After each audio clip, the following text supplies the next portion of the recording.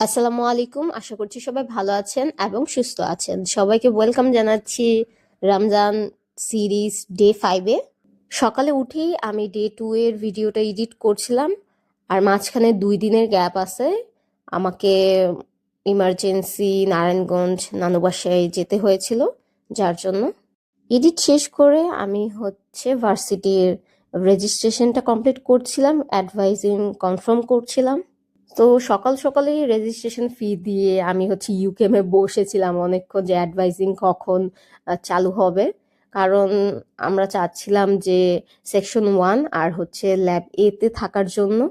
So এই সেমিস্টারে 5টা থিওরি, 3টা ল্যাব।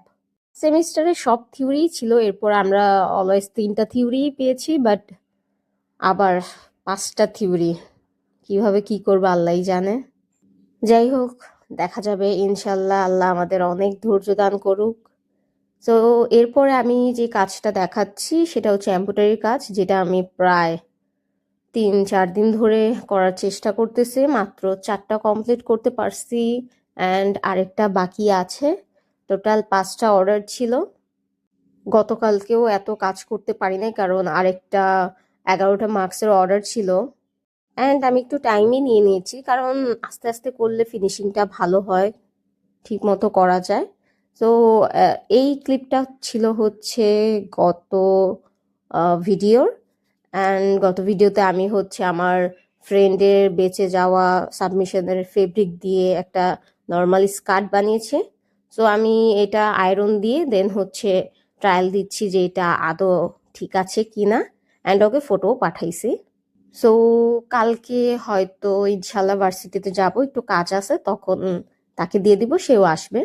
তো এগুলো করতে করতে দেখলাম যে এখানে ফল কাটাকাটি হয়ে গেছে। দেন আম্মু অল্প করে আমার জন্য বিরিয়ানি রান্না করছে, চিকেন বিরিয়ানি। আম্মুকে আমি মানা করছিলাম যে এসব রাইস টাইস টাইপের, বিরিয়ানি টাইপের এগুলো আমার জন্য অন্তত ঝামেলা করার দরকার নেই। বাট আম্মা জান, কি করব। আসরের নামাজটা কমপ্লিট করে আমি একটু রেস্ট নিয়েছিলাম। তারপর ভাবতেছিলাম যে একটা এমব্রয়ডারি বাকি। অ্যান্ড হ্যাঁ, এখানে আমার থুতনিতে সুইয়ের একটু গুতা লাগছিল। তো যেহেতু আরো আধা ঘন্টার মতো টাইম আছে, আমি ভাবতেছিলাম যতটুকু কাজ আগানো যায়।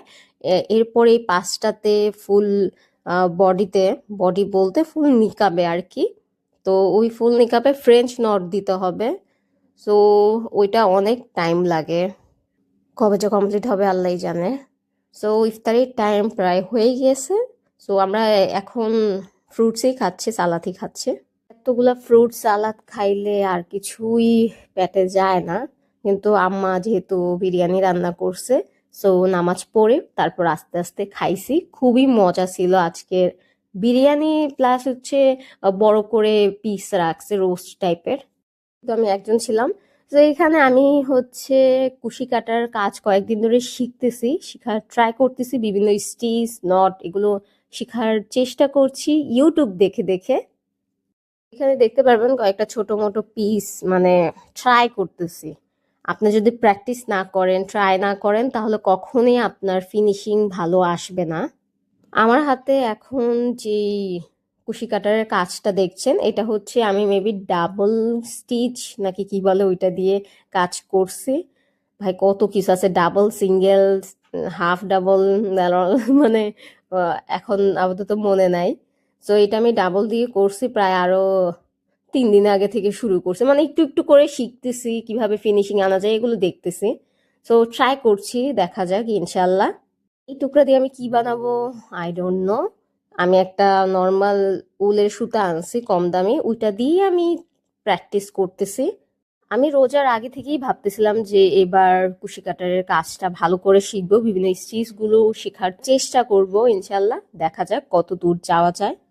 তো আমার কাছে মনে হচ্ছিল যে এই সুতাটা খুবই চিপ, কোয়ালিটি খুবই বাজে, বারবার খুবই কষ্ট দিচ্ছিল যখন আমি স্টিচ বা নট করতে যাচ্ছি।